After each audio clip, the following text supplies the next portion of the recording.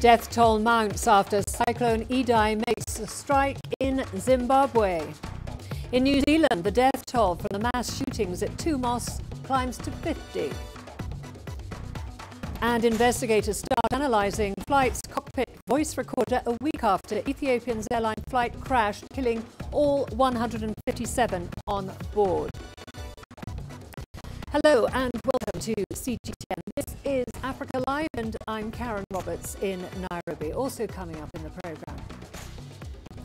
In business, civil society in Senegal discusses ways to tackle illicit financial flows in Africa.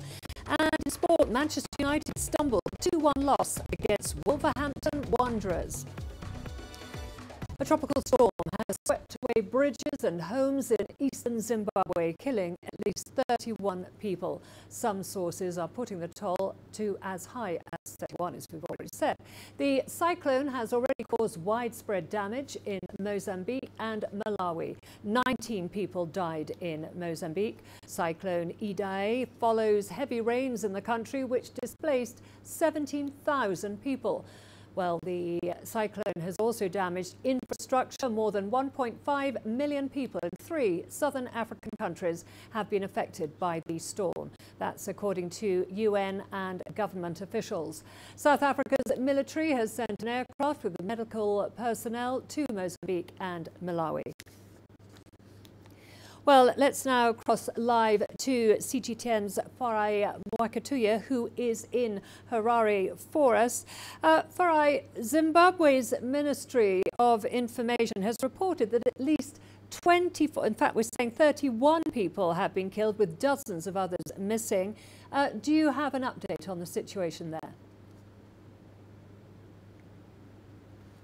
Well, indeed, Karen, 31 people confirmed dead, over 100 are missing and unaccounted for.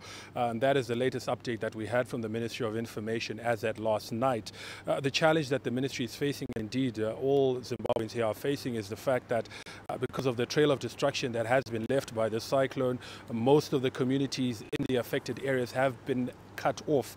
The places are inaccessible because roads and bridges have been swept away. Communication cell phone towers have been knocked down. Electricity pylons are also down. And so even people that we were in touch with are no longer reachable because they have been able to communicate via phone and also charge their mobile phones. And so they're out of touch now. So in terms of getting information, verifying that information requires physically going into some of those communities to get that information. And so there's been a slow stream of information coming through from those communities, but we expect those updates from the ministry as they have been giving them whenever they have that information. But just some other information for you is that President Emmerson Mnangagwa had left for a state visit to the United Arab Emirates. He's cut short that trip now and will be on his way back to address this ongoing disaster. He will also be appealing on his schedule there for funds to assist with this disaster. He's declared the Eastern Highlands area a state of national disaster, and we do know that rescue efforts continue there, marshalling resources from both the military, the police, and various civic society groups. Well, as you say, it is a serious situation. The opposition says as much. As a humanitarian crisis unfolding in the country. What is happening? They're calling for state intervention. How are people coping there? Well, we know that the situation is quite desperate within the affected areas. We know that, some people are having to seek refuge in trees as they seek higher ground. We know some hotels and hospitals and facilities, schools in the area that are on higher ground have opened themselves up to anyone who is seeking refuge to go in there. But they will also require to feed those people, to provide shelter for those people, to provide medicines and healthcare for those people. And so that is the crisis that many people are speaking of here. And we've seen over the last few days, in addition to what the Civil Protection Unit, which is the government of department that is leading the relief efforts, in addition to what it is doing, we've seen ordinary Zimbabweans from different walks of life. We've seen corporate companies, banks, amongst others, setting up crowd funds and fundraising for people who've been affected by the cyclone. We've seen churches opening up their doors for people to drop in clothing, food, water, medicine, whatever it is that they have. So these drop-in centers have been set up today. We know that more will be opened up tomorrow as ordinary Zimbabweans come through and chip in whatever way they can. And I think that is a realization of the enormity of the task that will be required to address this crisis, to provide shelter for those people, but to ensure that they are able to get back to a decent way of life. Well, as you say, it's an enormous situation there. There are reports that Idai may continue into early next week. How are the authorities going to cope with this worsening situation? Well, I think what has hampered the rescue efforts at this point in time is the continued bad weather. Helicopters, choppers that have been secured from the Air Force have been largely unable to get into those areas so they can rescue people, so they can survey and just assess the situation on the ground.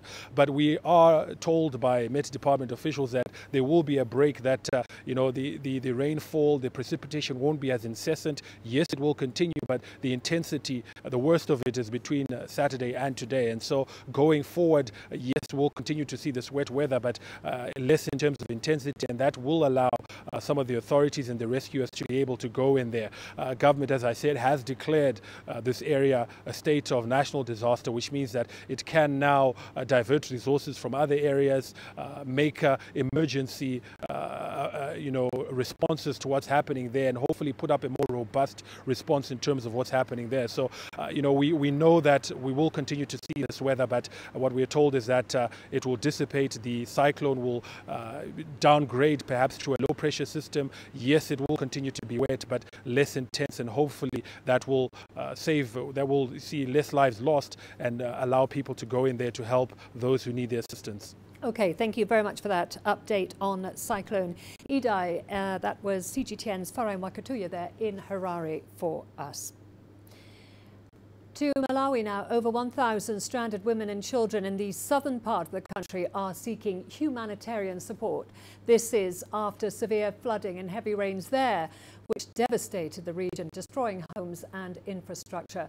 Our reporter Daniel Arapmoy brings us the latest. The Malawi floods has left a trail of destruction in the country's Chikwawa district, affecting hundreds of thousands of women and children.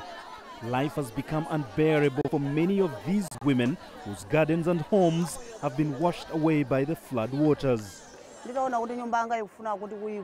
I only managed to rescue my children, while all my property was soaked in the water. I lost all goods and all kitchen utensils. This is when officials referred me to this place. Agriculture in most of the flooded areas has been badly affected, with some 42,000 hectares of farmland destroyed. Roads and bridges have also been destroyed, cutting off many of the locals from Blantyre commercial city. Those severely affected by the heavy rains and flooding are currently seeking for humanitarian assistance at the Chikwawa District Evacuation Center. We particularly ask the government to provide us with tents. We also need kitchen utensils and also agriculture inputs because the floods have put us in big trouble.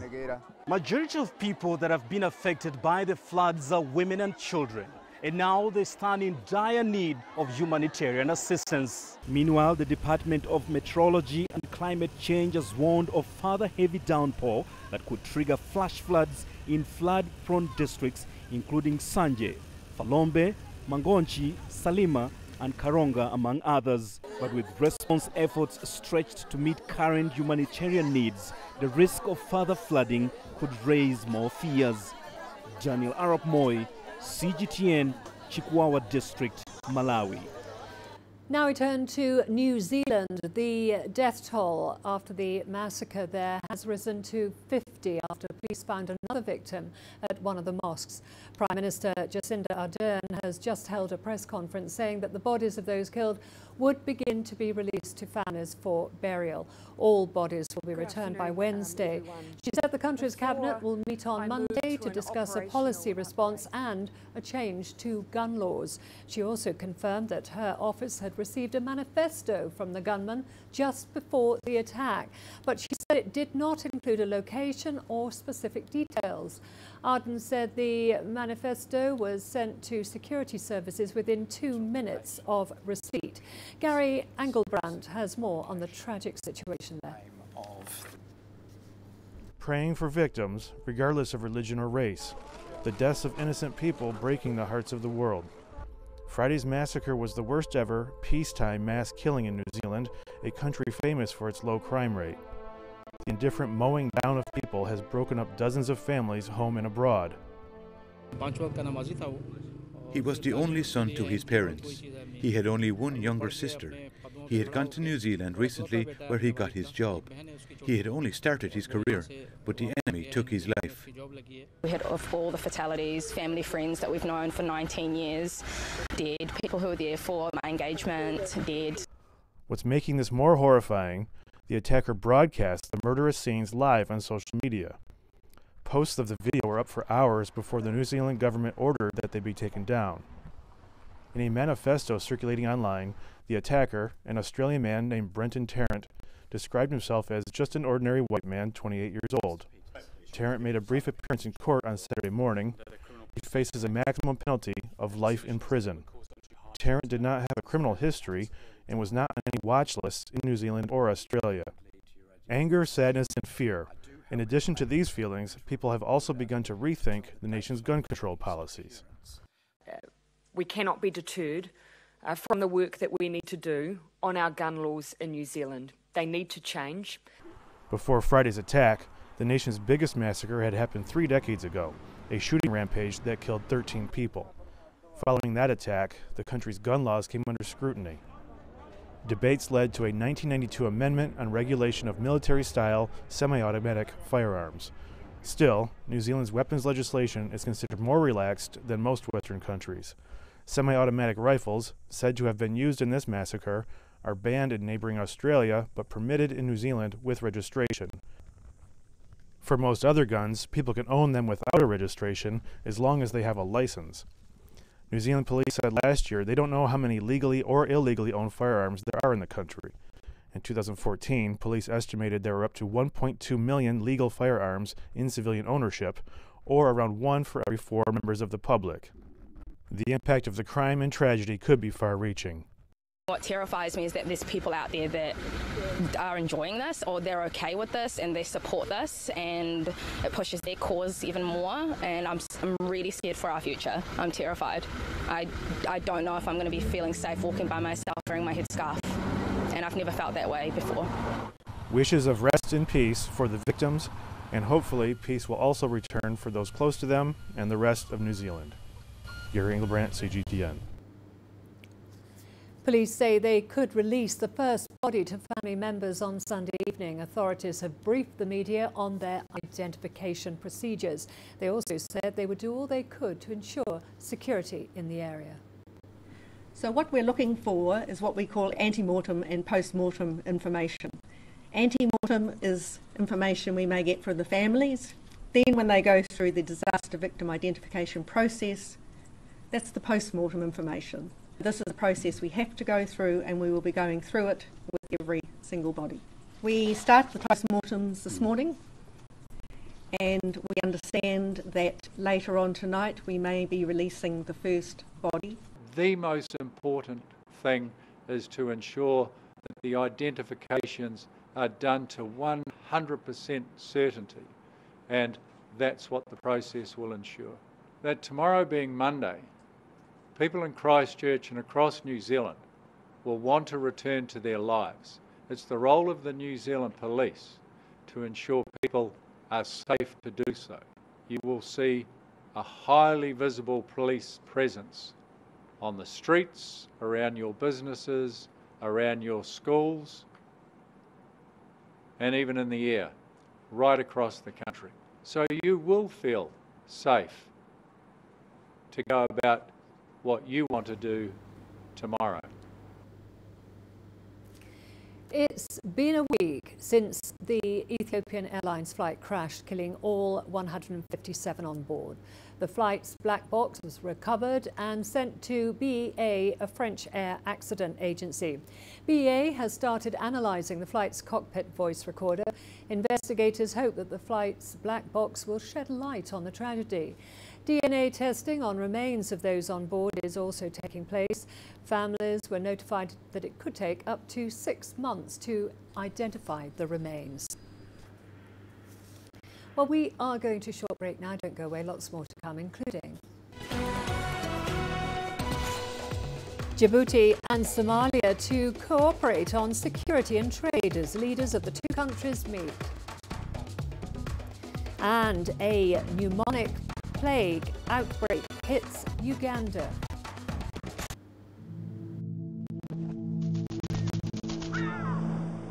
How will your world change today? What happens here? What happens there? Or what you make happen for yourself? If it matters to you, it matters to us too. Your stories are the stories that need to be told. Africa Live.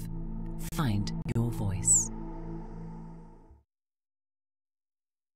For lucrative economic data out of the country, the country's foreign currency reserves. With a dedicated and diverse team of anchors, CGTN now brings Africa to the palm of your hand. I'm Penina Karibe in the heart of Nairobi, which is bustling. From everyday heroes to the continent's most powerful figures, we bring their voices to you. We haven't changed. And this is something most of us are very excited about. We bring you news that's changing perspectives.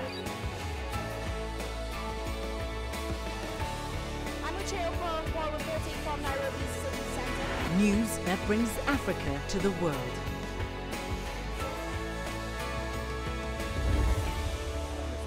CGTN. See the difference.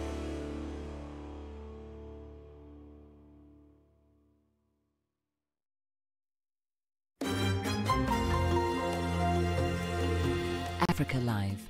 Find your voice.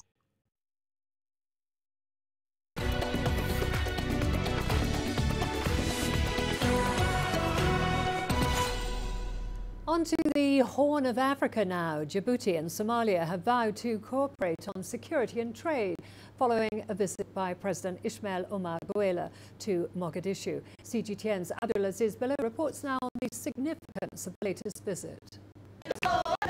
This is the second state visit by Djiboutian head of state to Somalia in the past 2 years. His host, Mohamed Abdullahi Farmajo of Somalia, welcomed President Ismail Omar Guelleh of Djibouti, who will be in the country for a 2-day state visit for talks aimed at boosting bilateral relations between the two Horn of African countries. Security was tight around the Mogadishu International Airport. President Guelleh of Djibouti was accompanied by a number of high-ranking government ministers and senior security officials. This is a historic visit, one of the highlights of the deep ties between our two countries and people.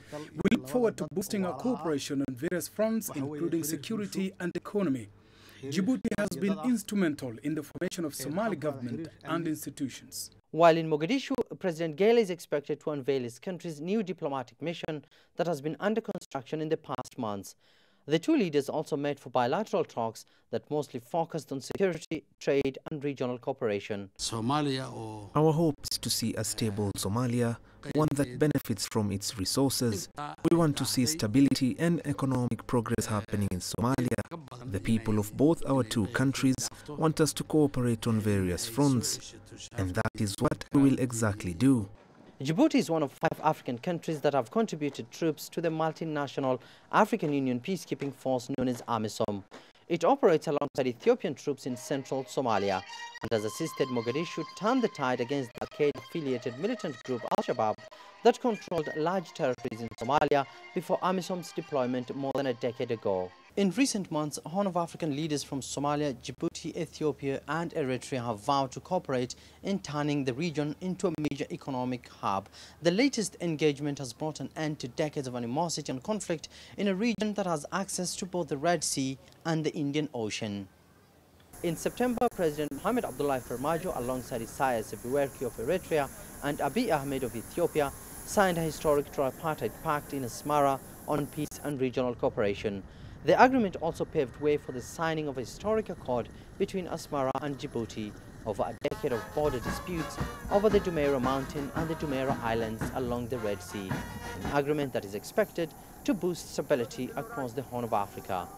Abdulaziz Bilal, CGTN, Mogadishu, Somalia. Several people appear dead at Uganda's border with the Democratic Republic of Congo after an outbreak of suspected pneumonic plague. The World Health Organization says confirmation tests are being carried out at the Uganda Virus Research Institute in Kampala. CGTN's Isabel Nakiria reports. A 35-year-old woman from Zomba district is the first victim suspected to have died from pneumonia plague. Several other people, including health workers who participated in the burial, have been identified as high risk and are being monitored. The WHO says 3 other people reportedly died of similar symptoms in the DRC. The disease causes breathing difficulties, but health officials say it can be treated once detected early. Uganda's Ministry of Health says the situation is under control, but it's cause for worry. We have a robust surveillance system that was quickly able to detect this suspected outbreak, and our teams are already on the ground to do public awareness and also to ensure that the disease does not spread from one person to another. The highly contagious bacterial disease is endemic in the DRC, Madagascar, and Peru. The plague is found in small mammals and fleas. It spreads to humans through flea bites and contaminated fluids. Isabel Nakiria, CGTN, Kampala. Uganda has the only wildlife crimes court in the whole of East Africa. At a time when animal extinction is on the rise, the court's prosecutors hope that they'll be champions of conservation. CGTN's Leon Esenyange reports now from Kampala. Wildlife crime is on the increase across Africa, and Uganda is the top transit route for wildlife products like ivory and pangolins. Over the years, authorities have continued to arrest wildlife traffickers at the entry and exit points. Now, with proper enforcement and strict laws, wildlife crime is being regulated. We have had a very quick adjudication of the wildlife crimes. We do not have matters that go beyond even a month. This is the priority of the court, and we have had a milestone in how fast this has been done. The court was formed in 2017. Its success has already caught the eyes of other countries like Kenya, Tanzania, and Ethiopia. What we have come to understand is that mostly there is a differences between legal systems. Even within a common law system, there are like systems or procedures which are not available in other countries. So if they are positive in a way, if they contribute toward this swift and quality prosecution of wildlife crimes, so we tend to take those experiences. Prosecutors are now keen on forming coalitions that could help streamline their legal and investigative operations across borders. We are trying actually to come up with maybe standards, maybe not one policy, because we have different policies for conservation, because we have different ecosystems and different species which are endangered. But maybe just to come up with a prosecution policy under the ambit of the East African Association of Prosecutors. Several East African countries continue to propose laws that spell out either heavy minimum fines or prison terms for convicted wildlife criminals. The specialized court in Uganda has already provided the chance to improve the prosecution of wildlife crime cases in the country. Developing the competences of other courts in the region will also be key in the collaborative fight to save wildlife. Leon Sanyange, CGTN, Kampala, Uganda. Zimbabwe's President Mnangagwa welcomed the new Chinese ambassador with hopes of continued Sino-Zimbabwe relations for mutual benefit. Zimbabwe and China have had long-standing ties with collaborations in various sectors. China has assured Zimbabwe of continued support and promised to intensify trade and economic cooperation. So far, China has helped the expansion of Kariba South Hydropower and Hwange Thermal Power Station, as well as the rehabilitation and expansion of the Robert Gabriel Mugabe International Airport. China is Zimbabwe's largest trade partner, mainly trading in tobacco, with hopes of increasing the export basket to include beef, flowers and fruit. Beyond the economy, China is involved in various projects in education, cultural exchange and food aid. We have made great achievements on the practical cooperation in the last few years, and we are very confident we will have more successful cooperation in the future. Also, we have very strong political mutual trust. We support each other in bilateral occasions and multilateral occasions. In the Serbian capital, Belgrade, anti-government protesters have broken into the state-run RTS television building. On Saturday, they demanded a live air address to the public. Demonstrators denounced the broadcaster as highly biased. Riot police arrived and tried to evict hundreds of people, including some opposition leaders. Injuries were reported during the scuffles. This was the first major incident after months of peaceful protests against President Alexander Vučić and what has been described as his slide towards autocratic rule.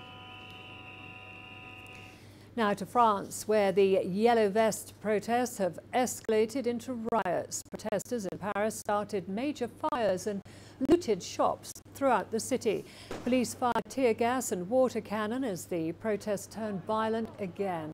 This followed weeks of relative calm and fewer protesters.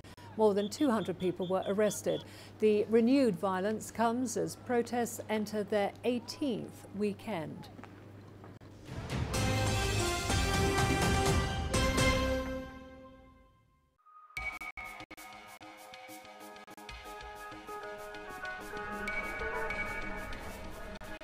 You're watching breaking news on CGTN.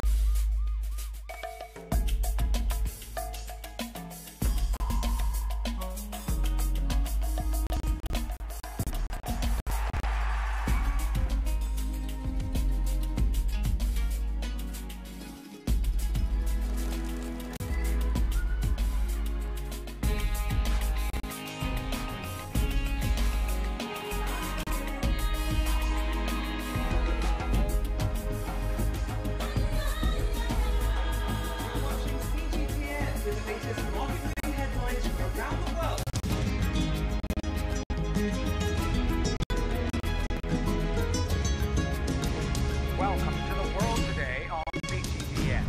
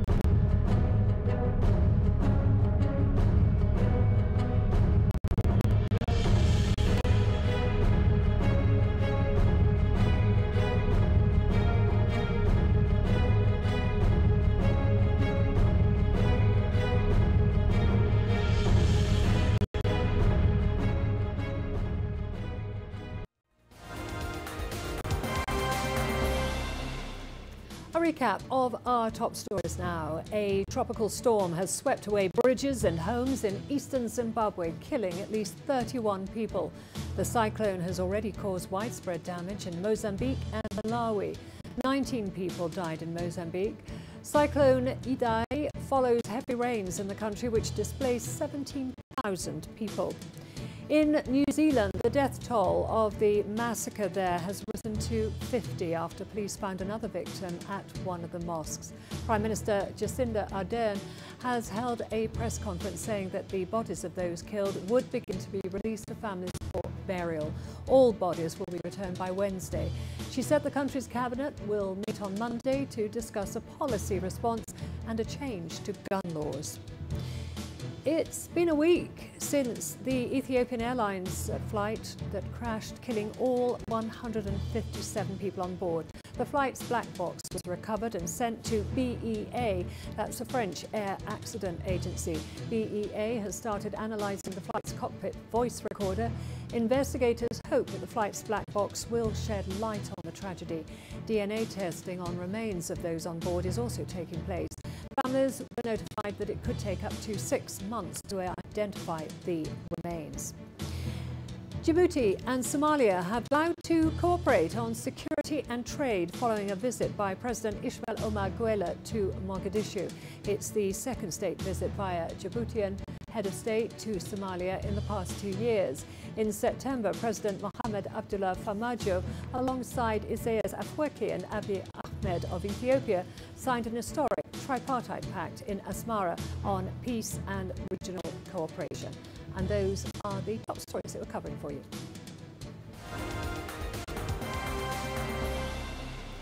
Well, we are going to a short break now. We've got all the business news coming up, including civil society in Senegal discuss ways to tackle illicit financial flows in Africa. And global firms welcome China's first foreign investment law. Africa is the nexus of enterprise, and global business will tell you why it matters. From the mega investment projects to multi-billion-dollar mergers and acquisitions. Africa today collects, just in terms of revenues from taxes alone, $545 billion a year. If you take 10% of that and you devote it to the energy sector, problem solved. All this on Global Business, weekdays at this time on CGTN. You don't find the stories of North Africa by sitting on the sidelines. You've got to get out, go there, and you'll find them. In the bazaars of Casablanca. Among the crowds in Cairo. We'll come to visit Cairo, the ancient capital of Egypt. Along the waters of the Nile. Along the sands of the Sahara. No one else will take you where we can in North Africa. No one else will show you what it's all about. CGTN, see the difference.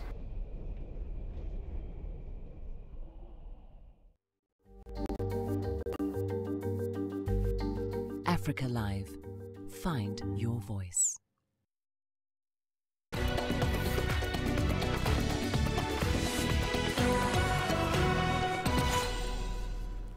The African continent loses a staggering $50 billion due to illicit financial outflows annually.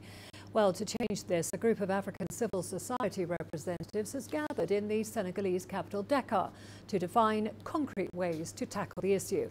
CGTN's Michael Karanja has the details. Under the theme, winning the fight against illicit financial flows from Africa, members from the West African civil society, international institutions, NGOs as well as academics are all gathered here to assess what the African continent is losing through illegal financial flows. According to experts, illicit financial flows continue to count as one of the reasons blocking the 21st century from becoming the African century. The lowest figures indicate to about $50 billion, which is twice the amount of official development assistance the continent receives. The highest figures point to around $73 billion or even $100 billion. For the moment, we cannot assess what Africa is losing through illicit financial flows. However, this phenomenon continues to keep the continent in misery. The amount of money that has been taken out is always a big question, but everybody agrees that it's a very big amount. And considering that our income is largely export-driven, we have very little industrial base in Africa. It only means that we import more than we export. And we export natural resources. And if you export natural resources, it means that you are adding very little value to them, and you have to import most of your needs. So you need foreign exchange. That is one. Secondly, in terms of development, you require a lot of money, locally to be able to put into different facets of development, whether it is infrastructure, whether it is human capital development, in health, in education. You need those resources. Faced with the problem, experts from several African countries, including those from ECOWAS, assess the major challenges by developing mechanisms to put an end to the phenomenon. Many networks have been created. Some of them work on taxation, corruption issues, and the repatriation of assets resulting from this illicit trafficking. In our countries, we have trained many geologists because the mining sector is deeply affected by the phenomenon of illicit financial flows. We will now intervene by drawing on the expertise of tax specialists in different fields so that they can address the gaps that exist in our systems. Because the stakes are so high, this may be a difficult battle to win. Those who benefit from this situation are powerful countries. However, we know that these are controlled by the West, in particular the United States, England, France, and Switzerland. It's a long-term battle that we are fully aware of, but if Africa itself speaks with one voice, it will be a major step forward. At the end of this conference organized by the Trust Africa Foundation, African civil society stakeholders hope the newly adopted mechanisms will allow for significant progress in the fight against illicit financial flows. They also hope billions of dollars that have disappeared will be repatriated in order to finance Africa's development.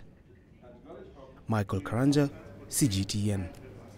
South Africa's big food retailers are becoming more involved in developing young farmers. Woolworths has been running programs to empower farmers to become suppliers.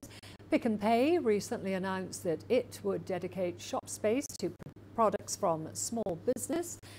And ShopRite too has been running projects to educate and upskill local farmers and businesses. In the last year alone, the ShopRite group expanded the number of SMEs in its network by over 200%. CGTN's Sumitra Naidu visited Wadea Japi, a coriander farmer in the Western Cape. This is Philippi in the Western Cape province of South Africa. There's dozens of small farmers here. 80% of all their produce goes to the city. Back in the days, this was all sand dunes. And then the government at that time brought in some German families to stabilize these dunes. And whilst they were busy doing that, they decided to plant veggies. The soil, you will see, is very sandy. So it's not easy to plant in the sand. Fortunately, this area is situated onto an aquifer. Wadea Japi and her husband Ahmed started farming in 2003 to cater for their family's needs. But Japi soon realized she could turn her subsistence farming into a business opportunity. Just started with dania for the house and a few chickens for the just to lay eggs for the kitchen. And then I started selling the dania to butchers and supermarkets, and that's how we started producing dania and went bigger and bigger. We have grown our SME business participation over the last year by 225%. So it's by no means just something that we discuss ad hoc. How we help people from financing them, but most important, we create the market. It takes about 4 weeks to get a full bunch of coriander ready. Wadea has grown her relationship with ShopRite over the last 10-12 years. She now supplies them with 1,000 bunches of coriander a day. Japi is now one of ShopRite's biggest suppliers of coriander in the Western Cape. It's not easy to supply a big retailer.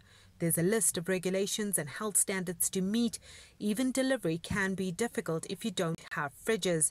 ShopRite not only helped mentor Japi as a supplier, but she also now has the skills and knowledge to do business anywhere. It was very difficult because, like I said, you work with nature. It's unpredictable conditions, so it is a bit challenging. Yes. Businesses are used to or they like to stay with their suppliers. So it is difficult to get your foot in and to start supplying a business.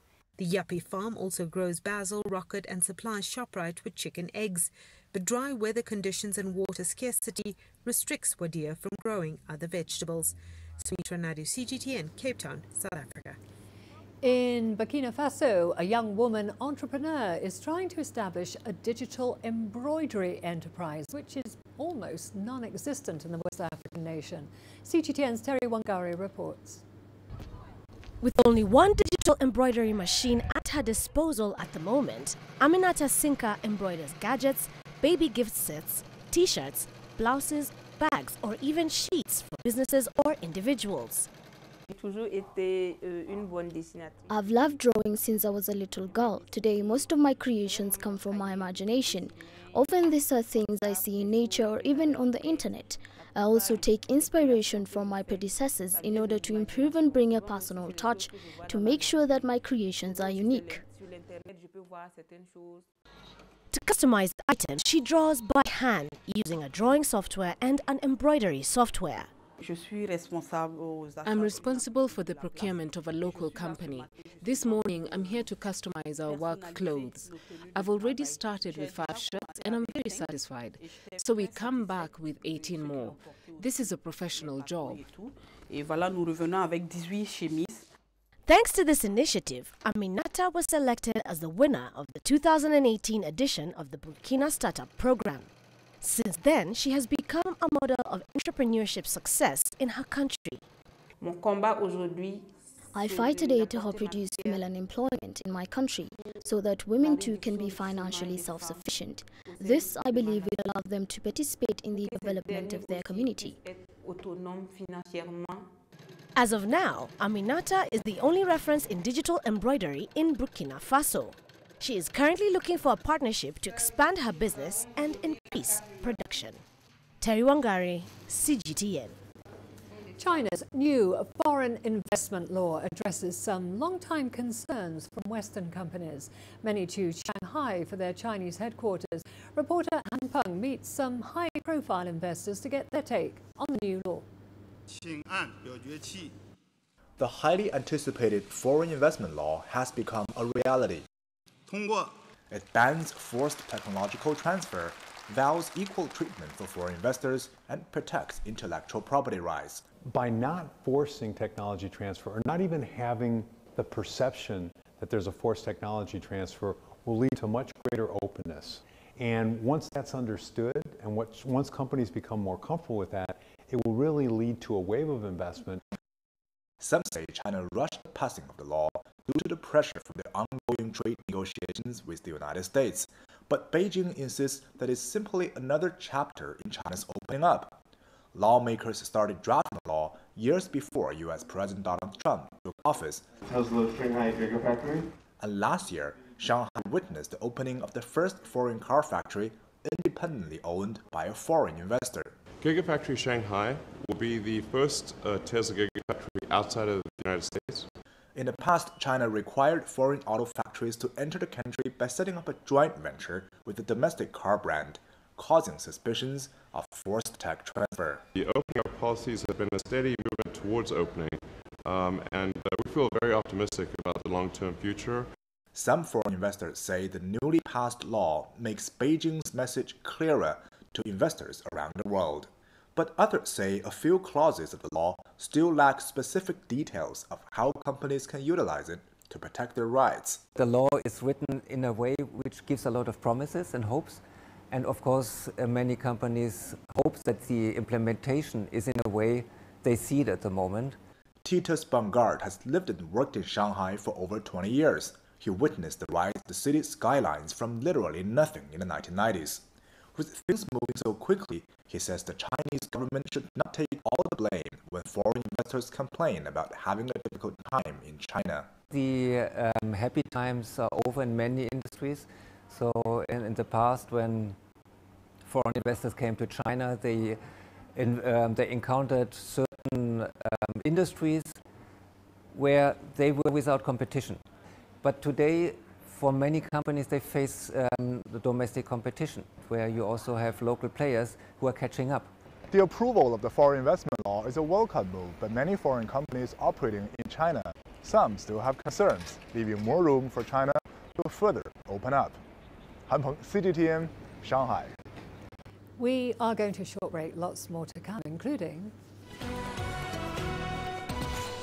Egyptian photographer develops a technology to allow people with visual disabilities to take photos.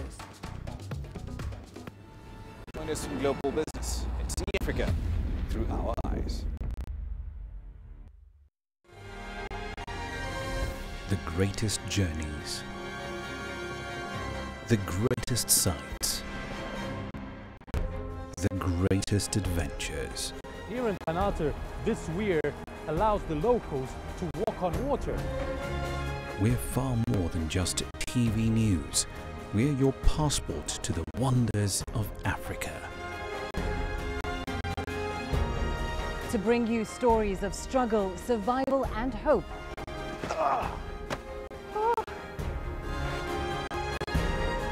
So let's explore.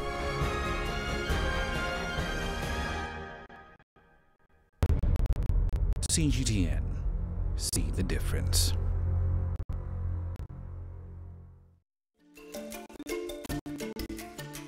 Africa Live. Find your voice.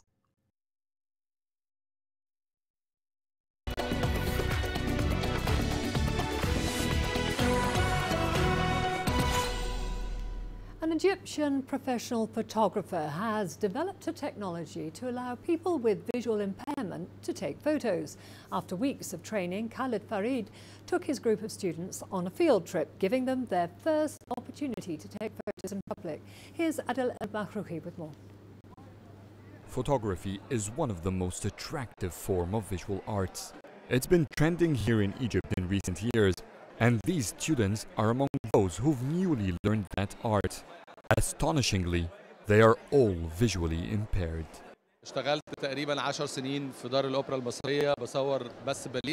After 5 years of shooting ballet concerts, I realized that focusing on rhythms made me take better pictures, and I realized that the ear is faster than the eye. I began experimenting. I shut my eyes and focused on the music. I already knew how the dancers pose and where they will be from previous rehearsals. It worked. I then decided to work with the visually impaired. Khalid Farid has been a professional photographer for more than 2 decades.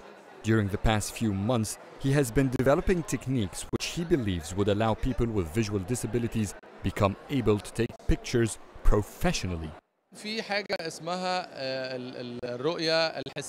Digging deeper, I realized that there is something called visual sense. They feel colors, they feel light. If you ask them where the source of light is, most of them would point close enough. And that sense is much stronger in them than in regular people. They are also more likely to take the challenge of engaging in photography. The concept sounds unbelievable. Defying those who believe in limited human capacities, this group of visually impaired students took the challenge. After weeks of trainings, Khalid took them to their first field trip. I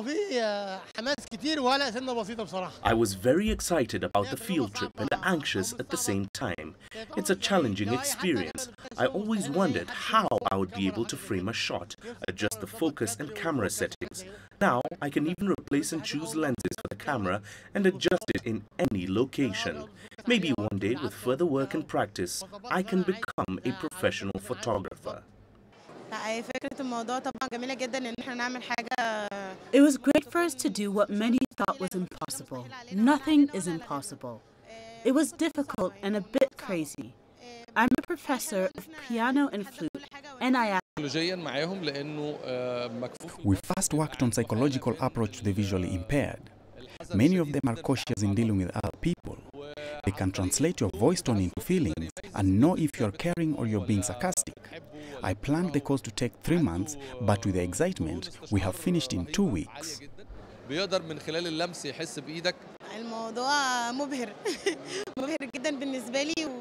was an impressive experience for me. I love taking pictures of people.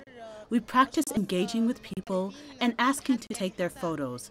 That really boosted our confidence. And the reactions of the people we met when they see our photos makes us want to do more. This is still an experimental phase. After all, Khalid and his group are among few other people in the world who are attempting to lay the foundation for an approach most people think won't succeed. But the support they got from the public here and from celebrities on their first trial could be enough to push them further. Soon, and after some other field trips, this group is planning to hold their first exhibition in the Egyptian capital. Adil Mahroui, CGTN, Cairo. Wonderful story there. We are going to a short break. We've got all the sport coming up, including